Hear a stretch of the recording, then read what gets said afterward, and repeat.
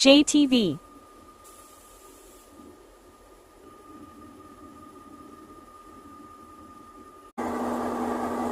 අත්තද මාම JTV රූපවාහිනී පුවතත් සහ දුම්රිය මගීන්ගේ අනුදැනුම ඇතුව මේ දුම්රිය මැදිරිය තිබිච්ච තත්ත්වයෙන් නවීකරණය වුණ හැටි. ඒ කියන්නේ අලුත් වෙන හැටි දැන් මේ ඔබට බලා ගන්න පුළුවන්.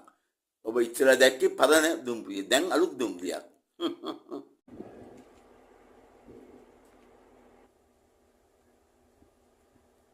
මේ පැපලර් සංවිධානයේ කතිකාචාර්ය මහත්මයා බලමු ඉතිරි කොටස කුමක්ද කියලා. ඊළඟ කොටස ඊළඟ සතියේ සෙන්සුරාදාට බලමු. හදාගන්න අපි දන්නවා තේලිය රමුස්සල්ල සෞඛ්‍ය අමාත්‍යාංශ ගත්ත බින්දුත් එක්ක අත කොච්චර දුරට විශ්වගේ ජීවිතවල කොච්චර තර්ජනයක් වෙලා තියෙනවද කියලා. විශේෂයෙන්ම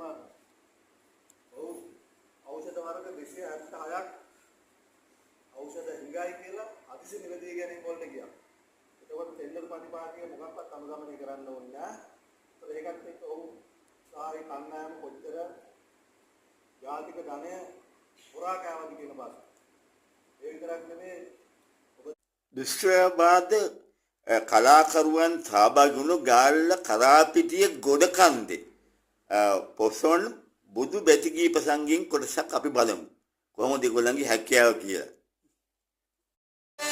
අනාථවෙලා මාහි අරවින්දා මාදුකින්දේ ඉවසාරුන්නේ දර්ශනයට ඉල්ලා දෙවුරන්නේ රට යන්නේ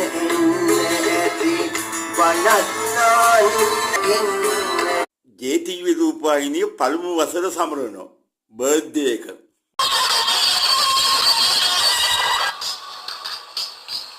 JTV රූපවාහිනිය පළමු වසර සැමරීම නැරඹුම් වාර 9532ක් පසු කරමින් ඒ වගේම දසදහසක් පසු කරමින් වැඩිම ප්‍රේක්ෂක කැමැත්ත බෙදා ගනිමින් ප්‍රමුඛ වීඩියෝ දර්ශන ගෙනීම එක දිනකට 3252ක් කිවිකලක ප්‍රේක්ෂක ප්‍රසාදයේ හිමි වුණු JTV රූපවාහිනිය බාල තරුණ මහලු සැවොමටම සමීප වුණා.